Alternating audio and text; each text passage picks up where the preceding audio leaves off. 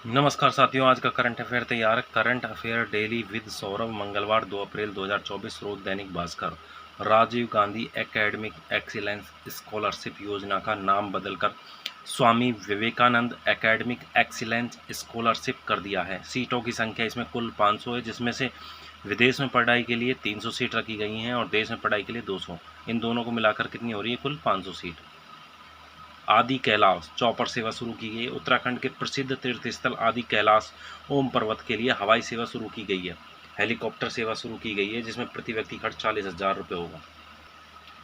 समुद्र चिड़ियाघर थाईलैंड 1950 में स्थापित, यह दुनिया का सबसे बड़ा मगरमच्छ फार्म है। रक्षा निर्यात पहली बार 21,000 करोड़ रुपए को पार कर गया है, रक्षा मंत्री राजनाथ सिंह ने कहा। वर्तमान में सॉलिसिटर जनरल तुषार मेहता हैं। एक वाहन एक फास्टैग का नियम 1 अप्रैल 2024 से लागू हो गया है। उद्देश्य कई वाहनों के लिए एक फास्टैग या एक वाहन के लिए कई फास्टैग का चलन बंद करना है। देश भर में लागू हो गया है। रामगढ़ टाइगर रिजर्व कोटा पहली बार रामगढ़ टाइगर रिजर्व से बहती चंबल नदी में जलीय जीवों की गणना में ऊदबिलाव की साइटिंग हुई। इसमें 4 ऊदबिलाव और 3 घड़ियाल नजर आए, जबकि मगरमच्छों की संख्या 42 है। 16 मई 2024 को रामगढ़ टाइगर रिजर्व की घोषणा हुई थी। पहली बार इटावा और केशोरायपाटन रेंज में नदी के जीवों की गणना करवाई गई। अब तक इस एरिया में जलीय जीवों की गणना चंबल घड़ियाल सेंचुरी विभाग करवाता रहा है। जोधपुर राजमाता कृष्णा कुमारी 75 साल के इतिहास में जोधपुर की राजमाता कृष्णा कुमारी एकमात्र नेता रही हैं जो निर्दलीय खड़ी होकर के और जीती भी। मतलब लोकसभा के जब चुनाव हुए तो एकमात्र कृष्णा कुमारी जो राजमाता हैं वो ही एकमात्र रही हैं पूरे 75 साल में। अभी तक एकमात्र खड़ी हुई और जीती। 1971 के लोकसभा चुनावों में 1,85,746 वोट प्राप्त कर विजय हासिल की थी। बीकानेर महाराजा करणी सिंह 1951 से 71 तक लगातार 5 बार सांसद चुने गए और साथ ही एकमात्र निर्दलीय चुनाव जीते। एकमात्र निर्दलीय का मतलब 5 बार ये निर्दलीय चुनाव लड़े और जीते। ना तो ये कांग्रेस से थे ना भाजपा से। 5 बार निर्दलीय चुनाव लड़ा और जीता। एकमात्र इसलिए क्योंकि अभी तक का रिकॉर्ड इन्हीं के नाम है। करणी सिंह ही एकमात्र ऐसे व्यक्ति हैं जिन्होंने 5 बार ये चुनाव जीता है। नोट 1952 से पहले चुनाव में राजस्थान से आज तक के इतिहास में सर्वाधिक 6 सांसद निर्दलीय मनोनीत हुए थे।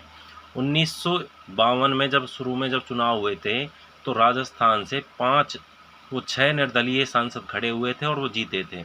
ये अब तक का रिकॉर्ड है। अभी तक एक बार भी लोकसभा चुनावों में कोई भी 6 से ज़्यादा नहीं जीते हैं। और 6 भी कब जीते थे? 1952 के शुरुआत में।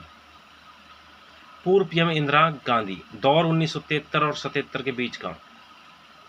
इंदिरा सरकार ने सीजीआई के पद पर वरिष्ठतम जज को नियुक्त करने की मान्य परंपरा को 2 बार उल्लंघन किया। दोनों नियुक्तियां राजनीति से प्रेरित थी। पहला मामला था अप्रैल 1973 का, जब 3 वरिष्ठतम जजों जयशंकर मणिलाल सेहलत को, एएन ग्रोवर को और केएस हेगड़े को किनारे करके अजीतनाथ राय, नाम याद रखना, अजीतनाथ राय को मुख्य न्यायाधीश नियुक्त किया। अब 3 ये इससे सीनियर थे। ये तीनों ने क्या किया? लास्ट में इन्होंने त्यागपत्र दे दिया। उक्त तीनों जजों ने इस्तीफा दे दिया। यह मामला केशवानंद भारती मामले में सुनाए गए फैसले से जुड़ा था। 13 जजों की पीठ बनी थी। 7-6 से बहुमत से फैसला सुनाया गया। संविधान का एक बुनियादी ढांचा है। राय उन 6 जजों में थे जिन्होंने इससे इनकार किया था। किससे इनकार किया था? इस बुनियादी ढांचे से। ठीक है ना? तो अजीतनाथ राय उन जजों में से थे जिन्होंने इससे इनकार किया था। जिन 3 जजों को किनारे किया गया उन्होंने बुनियादी ढांचे के सिद्धांत को मान्य किया था, जिसके लिए हमें उनका कृतज्ञ होना चाहिए। दूसरा मामला जनवरी 1977 का है, जिसके चंद दिनों के बाद आपातकाल को वापस ले लिया गया था। लेकिन इंदिरा गांधी सबसे ज़्यादा परेशानी पैदा करने वाले जज को सजा दिए बिना छोड़ने वाली नहीं थी।